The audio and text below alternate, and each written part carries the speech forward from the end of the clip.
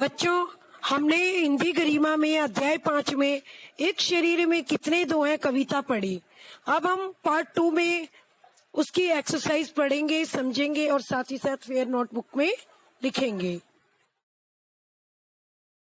बच्चों, इस कविता में हमने जाना और पढ़ा अंग एक या दो हो, सभी शरीर के हिस्से हैं, सभी हमारे लिए उपयोगी हैं, सभी अपने अपने हिस्से का काम करते हैं। इसी तरह इस देश में रहने वाले हम सभी भारतवासी भी एक हैं। बच्चों, हमारा शरीर कई अंगों से मिलकर बना है और वो सभी अंग अपना कार्य सुचारू रूप से करते रहते हैं। आँख देखने का, नाक सूंघने का, हाथ लिखने का या और किसी प्रकार का कार्य, पैर चलने का, घूमने का, कान सुनने का। इसी तरह इस देश में रहने वाले हम सभी भारतवासी भी एक हैं। भले ही हमारी जातियां, धर्म, प्रदेश, भाषाएं, पहनावा अलग हो, जैसे सब अंग मिलकर शरीर को स्वस्थ रखते हैं, हम भी अपनी अपनी जिम्मेदारी निभाकर इस देश को आगे ले जाएंगे। आओ बच्चों, इसके शब्द देखते हैं। नथुने, नाक के छेदों के आगे की ओर का हिस्सा। कोहनिया, बाहों का मध्य भाग। कलाई, मध्य मतलब बीच का भाग। कलाई, हथेली के जोड़ के ऊपर का भाग। टखना, पिंडली एवं एड़ी के बीच की दोनों ओर उभरी हुई हड्डी। तलवा, पैर के नीचे का भाग। अम्बरो, भोए आंखों के ऊपर का भाग। सैकड़ों, कई सौ। पहलू, दायां बायां भाग या दिशा। जान या प्राण। जमीन या धरती। बच्चों, ये श्रुतलेख है, डिक्टेशन। इसको आप शब्दार्थ के बाद साफ साफ लिखेंगे और बोल बोल कर लिखेंगे। शरीर, आँख, सूंघना, भाषा, आवाज, घुटना, एड़ी, मुंह, पहलू, झांकना, हथेली, मुट्ठी। बच्चों, मुट्ठी दो प्रकार से लिख सकते हैं, इस प्रकार से भी और इस प्रकार से भी। तो बच्चों देखो, अब क्वेश्चन आंसर प्रश्नोत्तर करते हैं। हमारे शरीर में कौन से अंग दो दो हैं? हमारे शरीर में जैसे आँख, कान, हाथ, पैर, होंठ, अंगूठे, एड़ियां, नथुने, ये दो दो अंग हैं। कविता में भाषाएं और आवाजें कितनी बताई हैं? कविता में सैकड़ों भाषाएं और लाखों आवाजें बताई हैं। उठने बैठने का कार्य शरीर के कौन से अंग करते हैं? उठने बैठने का कार्य शरीर के बच्चों टांगे और घुटने, ये दो अंग करते हैं। कविता को याद करके कक्षा में सुनाओ। बच्चों, मैंने आपको कविता पढ़ाई है और समझाई है, आप उसको याद करेंगे और कक्षा में सुनाएंगे। आइए अगले प्रश्न पे चलें। कविता की इन पंक्तियों का सही मिलान करो। एक शरीर में कितने दो हैं? गिनकर देखो जितने वो हैं। बच्चों, या तो आप उसका आंसर उसके सामने लिखेंगे या उसको इस प्रकार से रेखा खींचकर मिलान करेंगे। सूंघते हैं खुशबू को जिससे। नाक एक है, नथुने दो हैं।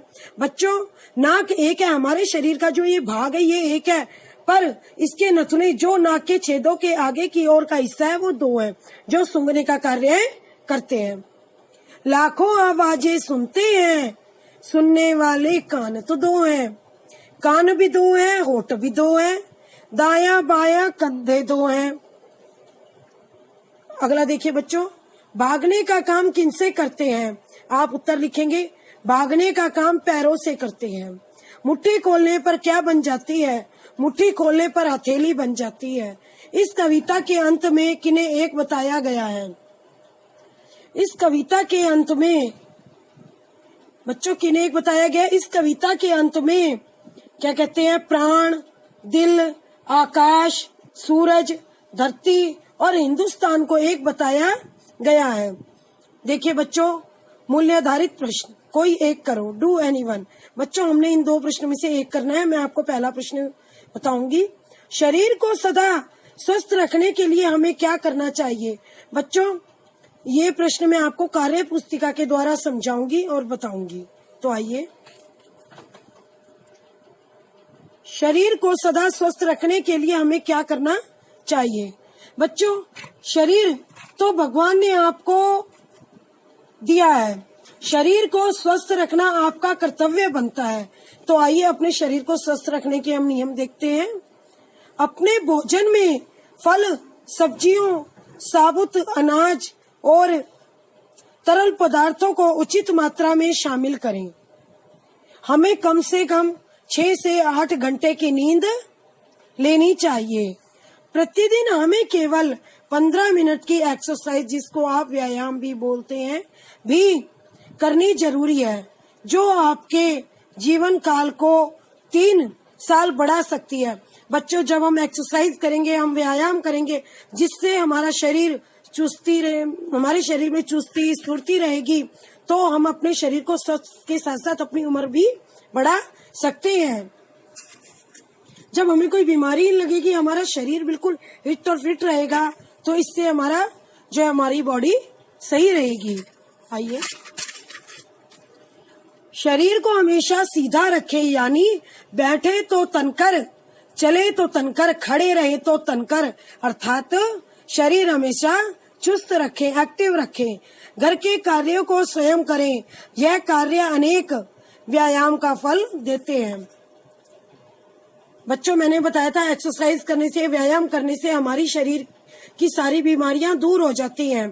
भारी भोजन या हजम न होने वाले भोजन का त्याग कर दें, उसको छोड़ दें। आप अगर वो भोजन आपको हैवी है, डाइजेस्ट नहीं हो रहा, तो आप उसको भी ग्रहण न करें, उसको न लें। सुबह एवं रात मंजन अवश्य करें। बालों को हमेशा संवार कर रखें। अपने बालों में तेल का नियमित उपयोग करें। भोजन से ही स्वास्थ्य बनाने का प्रयास करें। इसका सबसे सही तरीका है भोजन हमेशा खूब चबाकर आनंद पूर्वक करें, ताकि पाचन क्रिया ठीक रहे।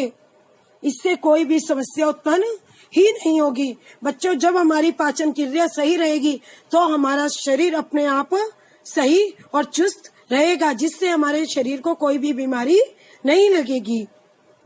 अब बच्चों, आगे देखते हैं। देखना, सूंघना, सुनना, उठना, बैठना क्रियाएं हैं, जिसको आप वर्ब्स भी कहते हैं। इनसे हमें किसी काम के करने या होने का पता चलता है, तो उसे क्रिया कहते हैं। कुछ और क्रियाएं लिखो। बच्चों, कुछ क्रिया तो ये लिखी हैं, इसके अलावा कुछ क्रियाएं और लिखेंगे हम, जैसे चलना, नाचना, दौड़ना, खाना, एक खाना फूड और दूसरा भोजन ईट। तो बच्चों, ये ईट खाना, पीना, उड़ना, खेलना, चरना। जैसे बच्चों, आपने खाना खाया, खाना, तो चरना, जैसे हमारे जो एनिमल्स होते हैं, जीव जंतु होते हैं, वो चरते हैं, गाय, भैंस, बकरी, तो ये चरना। वचन बदलो, नंबर्स जिसको कहते हैं। बाहें, भाषाएं, भाषा, अंगूठे, अंगूठा, चिड़िया, चिड़िया, नथुना, नथुने, कलाई, कलाइयां, आंखें, आंख, आवाज, आवाजें, कंधे, कंधा। बच्चों, आप इस कविता को पढ़ेंगे, समझेंगे, और जो मैंने आपको अभ्यास पुस्तिका समझाई है, आप इसको अपनी फेयर नोटबुक में साफ साफ लिखेंगे, और साथ ही साथ स्लो साउंड में बोल बोल कर याद भी करेंगे। जो अब हम अपठित गद्यांश करेंगे, जिसको आप अनसीन पैसेज भी कहते हैं। अपठित गद्यांश वह कहलाए जाते हैं जो पहले से न पढ़े गए हों। इन गद्यांशों को ध्यान से पढ़ें और पूछे गए प्रश्नों के उत्तर लिखें।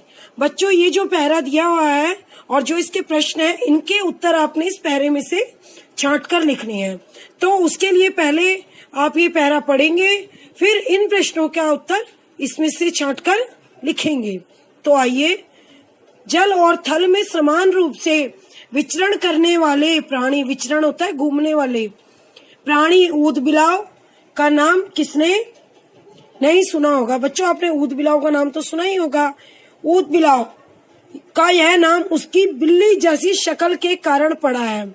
बच्चों, वह भी दिखने में बिल्ली जैसा ही लगता है ऊदबिलाव।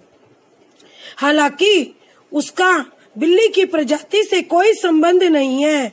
ऊद बिलाव को जलमानुष नाम से भी जाना जाता है।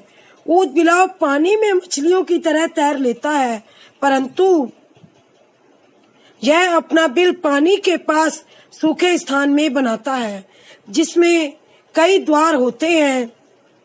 ऊद बिलाव जल और थल दोनों में रह सकता है। वह जल में भी रह सकता है और धरती पर भी रह सकता है। इसका मुख्य भोजन मछली है।